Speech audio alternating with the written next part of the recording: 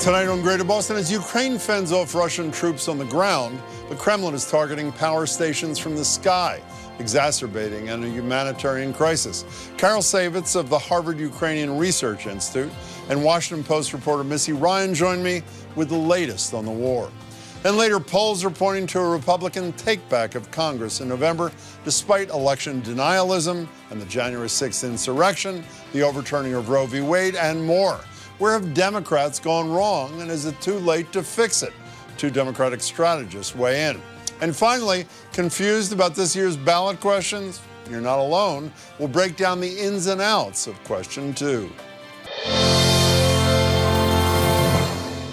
In the nearly 8 months Russia has been assaulting Ukraine, Ukrainian forces have mounted a remarkable defense, holding back invading forces in much of the south and east from advancing towards Kyiv, even making advances, reclaiming some territory. But in recent weeks, the Kremlin has been bombarding the capital and other strategic Ukrainian cities from above with a stockpile of Iranian drones. One of the latest attacks killed at least 4 people in a residential building. Several of the others have targeted water supplies, electricity facilities, and other key infrastructure. All of it is prompting renewed war crime allegations against Russia, and the UN's on-the-ground coordinator in Ukraine is calling the situation on the ground utter devastation, telling CNN she is absolutely convinced of a high risk of mortality during the winter months, with families and communities who have been left with absolutely nothing. Joined now by the Washington Post reporter Missy Ryan, just back from Ukraine. Carol Saivetz is a senior advisor for MIT's Security Studies program and a research associate at Harvard's Davis Center for Russian and Eurasian Studies and the Harvard Ukrainian Institute. Carol, Missy, thanks so much for your time. Appreciate it. Thank you. Carol, starting with you, more and more analysts I follow are saying Russia is losing the war. Do you agree with that? And what does that actually mean? I was going to ask you, what does that mean exactly? I'm just repeating the words. I know, I understand.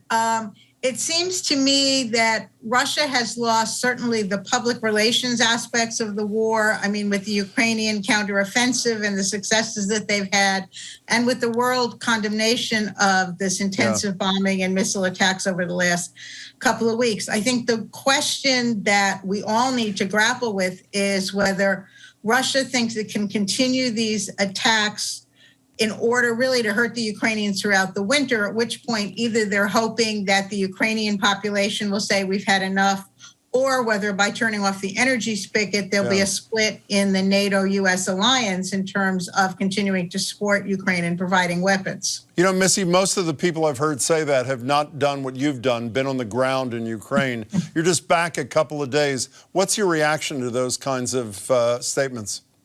Yeah, I mean, I think it does make sense to question the psychological effect of these strikes on Kyiv, which, as your viewers know, has been relatively quiet for months as the fighting has gone on in central and eastern Ukraine. But I actually was there last week when the first of the current wave of strikes hit downtown Kyiv, cruise missiles and other kinds of attacks. And it really was, I think, a wake-up call to residents of the capital. But what we'd heard, rather than fear, fear of for people's lives and the desire to leave, was some defiance on the part of Ukrainians.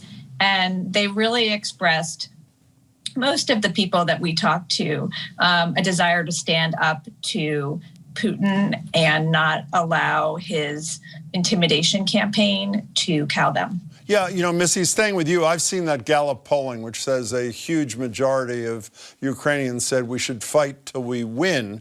But at the same time, President Zelensky is saying, what, 30% of the power stations have been destroyed in the last week. I think he said 8 days, actually. Is there fear amongst Ukrainian leadership that the support for fighting till they win will erode in cold winter when they are cold?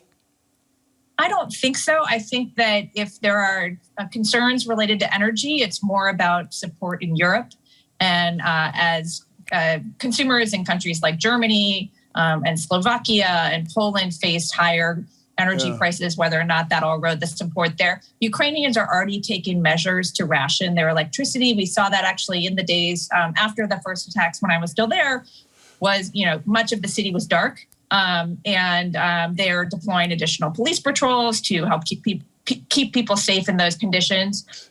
And Ukrainians, we actually saw people running out to buy power banks and things that they think that they'll need if there are these rolling power cuts that were imposed temporarily and really could come back in full force. You know, Carol, do you share that perspective? I have to say, the so-called weaponizing of winter strategy of Putin's, I feared would be far more effective than Missy suggests it may be within Ukraine.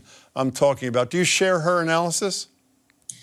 I think I agree. I think the Ukrainians, from what I've been reading among, which is her reporting, I think that it's pretty clear that for the moment, at least, there's tremendous Ukrainian resolve. I do worry that if it's a particularly harsh winter, that it'll be very difficult for the Ukrainians and for the Europeans, for that matter. But Carol, with the Europeans, Bill McKibben, the environmentalist, was with us on the radio yesterday, and he mentioned that one of the few good things that come from this horror show is that the embrace of renewables in Western Europe is on the uptick. It's increasing dramatically.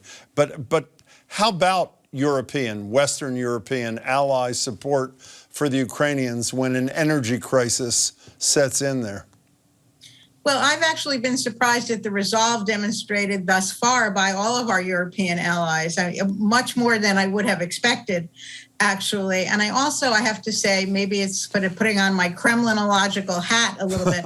I worry that some of the demonstrations we've seen, as in Prague and in several other cities, are somehow instigated by the Russians, because if there's any tension at all, it could be played to their advantage, and we know they're pretty good at that. So I worry that they're sort of, the Europeans are getting hit, in a sense, both ways. I'd like to see that Kremlinological hat sometime, Carol, by the way. Anytime. Missy, you wrote a day or two ago about the concerns in Ukraine about the midterms back here in the United States. I think most of us know the resolve of Republicans to support Ukraine is nowhere near as strong as that of Joe Biden and his Democratic Party. How worried are they about this support dissipating come January if the Republicans at least take over the House of Representatives? Yeah, well, I was to say the Ukrainian political establishment is incredibly attuned to the dynamics within the U.S. Congress, and they're tracking it extremely closely. And I think, there is certainly concern that if certain Republicans win certain races, that there could be problems for them ahead. At the same time, those concerns are allayed to a certain extent by the relatively strong bipartisan consensus that we've seen, which is remarkable in and of itself at this time of partisan divisions, by the establishment Republicans and the Democrats. So even though that there's this growing chorus from the sort of far-right Republicans, mostly in the House, the Republican leadership in both chambers is still strongly supportive of Ukraine. So I guess it's a question of how those Republican leaders, if they do take control of one or both chambers, manage that. Carol, I would worry about where the far right goes in the House and the influence they'll have with a potential Speaker, Kevin McCarthy. So if one does worry about that, is one of the goals to speed up whatever shipments of weaponry or any other kind of aid we're providing, air shields, whatever the hell it is that the U.S. has pledged to do for Ukraine? I'm sure that there's a push and there's contemplation of trying to speed up deliveries of whatever we are going to be providing to the Ukrainians. We seem every day, there's another article in the paper or in what I'm reading on social media about, well, we're shipping X or we're shipping Y. And the latest discussion, of course, is about air defenses after this massive attack on Kyiv and Dnipro and some of the other cities over the last week and a half. Can we go from D.C. to Russia, Missy, for the last couple of minutes? When I read these stories the last couple of days about Putin grabbing people off the street, out of cafes, they're busking in certain communities to bring them into the military, which not only suggests to me a sense of desperation that is epic, I said to myself, what kind of citizenry supports this kind of thing? Are they willing to tolerate this action on top of everything else from Putin and continue to support his initiatives?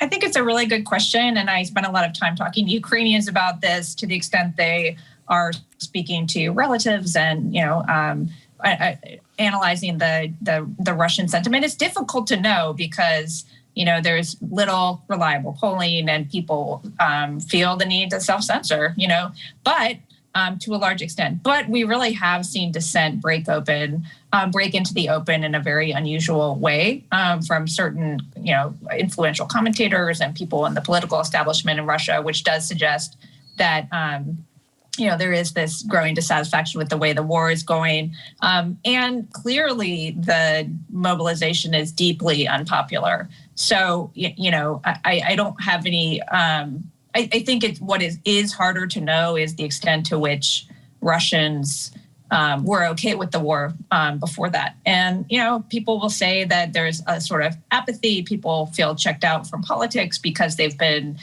systematically disempowered over the course of several decades now. But, I think it is really difficult to know just because of the nature of Russian society right now.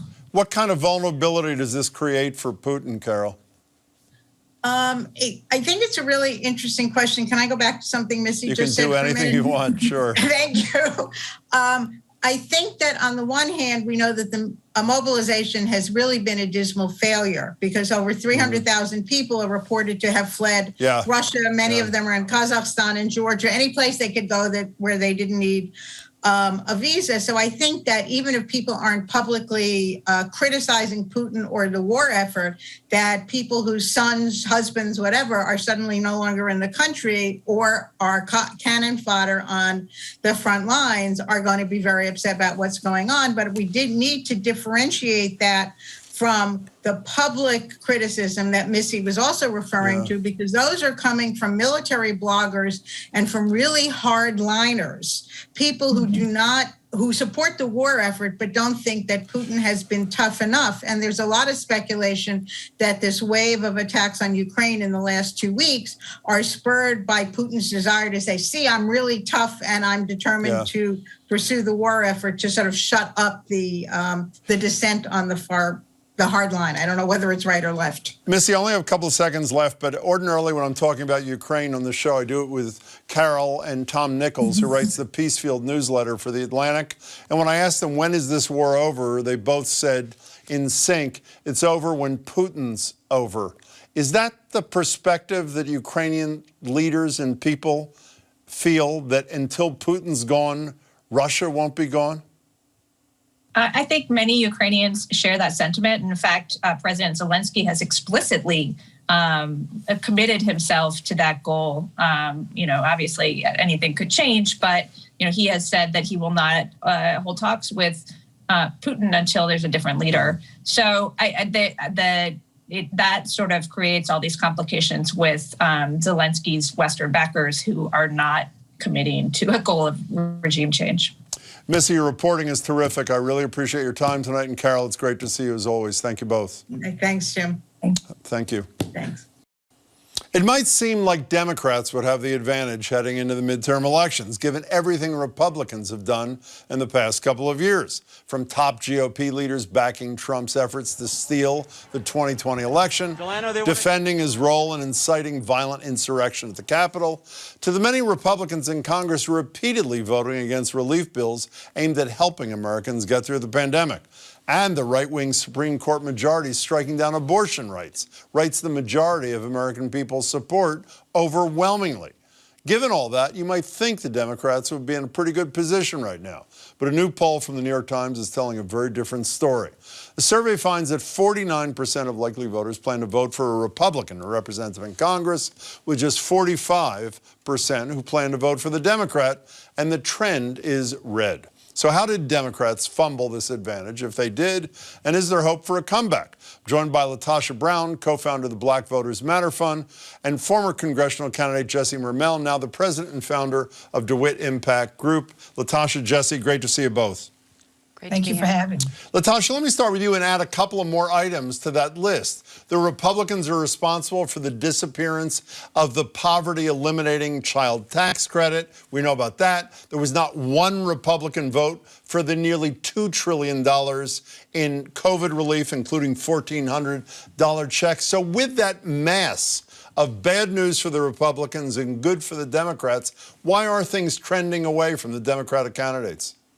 You know, I think there are two things that that my thoughts around what is happening right now. One is the Republicans are using an age-old tool that has been very effective at consolidating power in this country. It's called race. That ultimately you can go back from Reconstruction all the way up to where we are currently now. And it doesn't matter whether, you know, at times it's been the Republican Party, at times it's been the Democratic Party, that race has a way of weaponizing and consolidating white support, regardless, particularly if it's rooted in white fear and this idea that white people particularly will lose power in this country. We've seen it over and over again. You know, so I think that that's one level. The second level is, I think we have to really be fair around messaging. That part of what we've seen is we've seen one party that's been very clear, align itself with white nationalism and a particular set of interests. And then you have another party that what you see is you see the breadth of this party has people of color. This party, you know, is supposed to represent LGBTQ community. This party is supposed to represent a much broader base. In any other nation,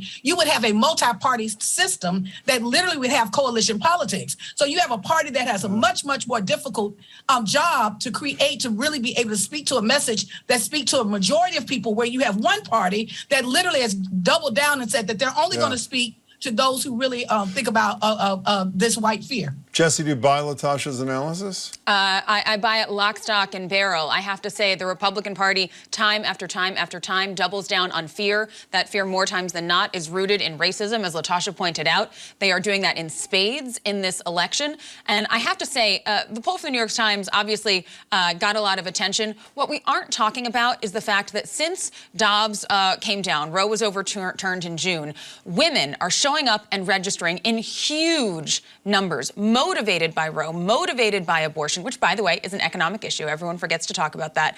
Those women aren't captured in these polls. And what we're seeing on the ground is an energy, is an enthusiasm around the Democratic Party, particularly driven by Roe, particularly what that means for women and people who need reproductive services across the spectrum, especially women of color. And that poll, yes, we would be fools not to take that seriously, but we also know that there's a story that's important and is not being told in those numbers. Well, you know, there's a guy by the name of Bernie Sanders in your party who says in The Guardian that story shouldn't be told right now, Jesse. In fact, he says that while protecting abortion rights is critical, says Sanders, Democrats should focus on addressing voters' immediate economic considerations first. You happy with that? I'm not, and I respectfully disagree with Senator Sanders, with whom I agree on many, many things, but this has to be both and. Like I said, abortion is and always has been an economic issue. You know, I've been in this work around abortion rights for a long, long time, and I am done with abortion rights activists on the ground who have been sounding the alarm on this issue for decades, not being listened to. We will not be ignored in this election. We know that people are showing up to vote on this issue, and with all due respect to Senator Sanders and people who agree with him, that is not going to be the case in November. LaTosha, you know, staying on it, well, I don't know if it's the same issue, but staying on an issue that one would think is really important to women, the most stunning thing in that New York Times Siena poll to me, without a close second, was in a 1 month swing, independent women, which are being targeted by Democratic leaders as much as any group, independent women, a 14% majority for the Democrats in September, 18% majority for the Republicans in October, a 32-point swing in 1 month. How do you explain that? You know, I think it's really nuanced. I think there's three things. This is a country that white women actually did not vote for. Many white women didn't vote for Hillary Clinton. Yeah, right. This true. was going to be the first female president. So I go back to what has been shown historically, that race has always been an organizing tool used by the elite. The second thing, and I will double down on this, that it is far, far easier to be exclusive than it is to be inclusive. Yeah. I don't think that the Republicans have this sophisticated messaging that they're using. They've been very clear about one message, that they are literally consolidating around a racist agenda that actually hates everybody, right? Other than those who are in mainstream white America. And so it is far, far more nuanced when you have a party that has to create a message to be inclusive of a broader group of people that have a broader set of needs and issues. LaTosha, I assume most people watching are familiar with your work, but I don't think it's overblown to say that you and your colleagues in great part responsible for there being a Democratic Senate in light of the work that you did in Georgia. And I know this round you're in places like Georgia, Florida, Ohio, Pennsylvania. I'm sure you're sick and tired of this question, so one more time. There's a growing body of conventional wisdom that black voters who delivered that victory to the Democrats in 2020 feel ignored in between and won't turn out in similar numbers in 2022. Are those people right? Let me say, as we've been talking to people on the ground, the truth of the matter is there has been some disappointment. There has been discontent. The bottom line is, how do you use that energy? Do you use that energy just to ignore people and not do the hard work? What we are doing is doing the hard work to really be able to acknowledge where people have their discontent around the economy is of a concern. There is an inequity in terms of resources in this nation. We do have wages that have been stagnant, where we're seeing 68% of black women who are wage workers and are basically underemployed. Those are real issues.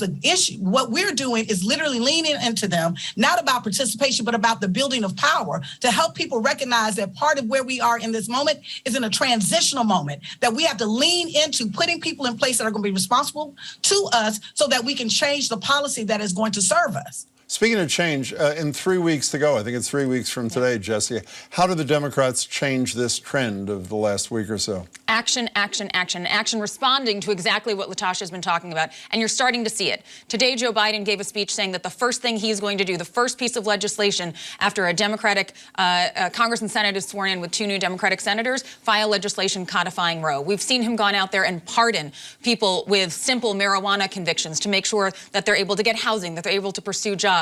We've seen him cancel student debt up to $10,000, $20,000 for Pell Grant recipients, largely thanks to, by the way, movement leaders and folks like Ayanna Pressley and Elizabeth Warren here in Massachusetts. That's delivering on the type of thing that LaTosha is talking about that has been disappointing over the past 2 years from some leadership from centrist and corporate Democrats. The progressives in D.C. are pushing us toward action. That's what we have to talk about and keep doing over the next 3 weeks to deliver for voters, to show that we understand what they need and we're out there to try and fix it. And that's what gets us to win on November 8th. LaTosha, when Democratic candidates or their campaigns say to you, what do we focus on for the final 3 weeks? What's your guidance? I would say that polls don't win elections, people do. This is a ground game. And at the end of the day, let me just bring Georgia. While this New York Times article came out, yesterday was the first day of early voting in the state of Georgia, where there's all this message that there not be that many candidates. What we saw is a record-breaking turnout, and 40% of the voters that came out, guess what? They're African Americans, which means that African American voters are actually overperforming. So it's not polls that will really win this election. It will be people. They should be putting all of their resources on the ground. This is not an air war. This is a ground war. Are you concerned? We only have a minute left, but LaTosha, starting with you, one of the things I was truly depressed about today was this piece of the New York Times poll that said people recognized that democracy was at risk, but it wasn't a priority for them. Quickly, if you can, LaTosha, what was your reaction to that? It's really sad, but I understand, because what we have done is we've made democracy be something that has actually been separate from the people. We have to literally do the work that we're doing and to educate people that this is really about having agency and shaping the kind of America that we want and we desire, and really redefining what democracy is, because democracy has been a club that has been for a set elite and have been used in such a way that others have not had full access to it. So for us, it's really around letting people know what is the kind of democracy that we desire, we deserve, and how can we truly make this nation be a democracy. Last 30 seconds on the same topic, Jesse. I'm going to pull on that thread that LaTosha left out there about agency. People need to feel like not just their vote matters, but their activism matters, that they have a real stake in democracy, not just putting on a cool T-shirt and running around, but actually their work can help us save healthcare, can help us save abortion rights, can help us cancel even more student debt, make even more prescription drugs affordable. We can go on down the list. When people feel like they are heard and the actions that they take yield real changes, then they understand that democracy is more about what they do in a ballot box every 2 or 4 years. And that's how we get that poll turned around. Jesse Mermell, LaTosha Brown, as always, thanks so much for your thoughts. Really appreciate it. Thank you. Thanks, Jim. Before we move on, I want to correct something I said last week in a conversation about President Biden's pardon of those convicted on federal cannabis possession charges. In the discussion, I referenced a similar Massachusetts program that requires that people apply to get such convictions expunged at the state level, and I suggested that Biden's pardon was automatic, not requiring an application. I was wrong.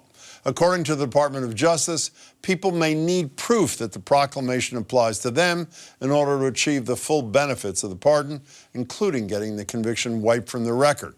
The Office of the Pardon Attorney is working to develop procedures for an application process, quote, in the near future. Bottom line, both do require an application, but let's streamline the process, both federally and here at home, so that those who've suffered because of racially biased drug laws don't have to suffer again. And finally tonight, the ins and outs of the second initiative you'll see on your ballot in the coming weeks. What will question 2 on the Massachusetts ballot do? Question 2 is all about how dental insurance companies in the state spend the money they get from patient premiums. A yes vote would ramp up regulation of those insurers by requiring they spend at least 83% of premium dollars on patient care, as opposed to administrative costs. It would also force insurers to share financial data with state regulators and would give those regulators the power to veto some rate increases. Question 2 supporters say the proposed changes would treat dental insurers like medical insurers and that they're looking to keep a lid on corporate greed. Question 2's opponents warn of unintended consequences, including reduced consumer choice and increased premiums. Spending in this fight suggests that ultimately it's a battle between insurers and practitioners over where patient money ultimately goes. The biggest yes funder is orthodontist Muhabras Kala, who spent upwards of $2 million. On the no side, Delta Dental's Massachusetts subsidiary has spent at least $4.5 million. So, if you want more regulation of how dental insurers spend their patient money, vote yes on question 2. If you want to leave things as they are, vote no. That was Adam Riley reporting. Stay tuned. We'll have more on the other 2022 ballot questions tomorrow here on GBH2 and at gbhnews.org. A reminder, early voting kicks off this Saturday. And if you plan on voting by mail, don't forget to request your ballot. Your application must be into your local election office by 5 p.m. on November 1st, and your filled-out ballot must be returned to that office or to a ballot drop box or postmarked by the time polls close on Election Day. And if you're voting the traditional way, polls will open from 7 a.m., close at 8 p.m. on November 8th. For more info, head to sec.state.ma.us. That's it for tonight. Please come back tomorrow. GBH investigative reporter Jennifer McKim joins me on her team's latest report on the troubling volume of labor trafficking in Greater Boston. Plus, Anand Giridharadas on his new book, The Lost Art of Persuasion in Our Call-Out Culture. That and more tomorrow at 7. Thank you for watching, and please don't forget Ukraine.